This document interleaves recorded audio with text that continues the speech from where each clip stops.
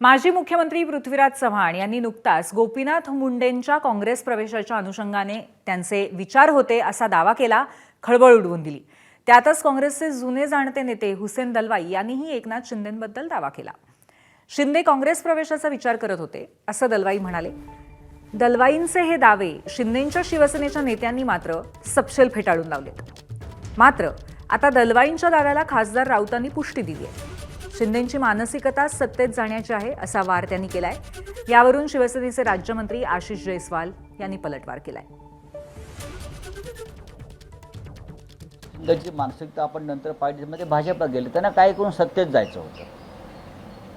जायचं होतं आणि पृथ्वीराज चव्हाण हे काँग्रेसच्या आणि सरकारमधल्या अंतस्थ वर्तुळातले असल्यामुळे त्यांच्याकडे जास्त माहिती होती आणि त्याच माध्यमातून ती माहिती आमच्याकडे येत होती। एकनाथ शिंदे काँग्रेसमध्ये जाणार होते का नाही याची मला कल्पना नाही, परंतु येणाऱ्या काळामध्ये उद्धवजींचा संपूर्ण पक्ष काँग्रेसमध्ये विलीन होणार आहे। संजय राऊतांनी उभाटा गटाला काँग्रेसमध्ये विलीन करून घेण्याची सुपारी घेतली आहे आणि त्या दृष्टीने संजय राऊत काम करतायत।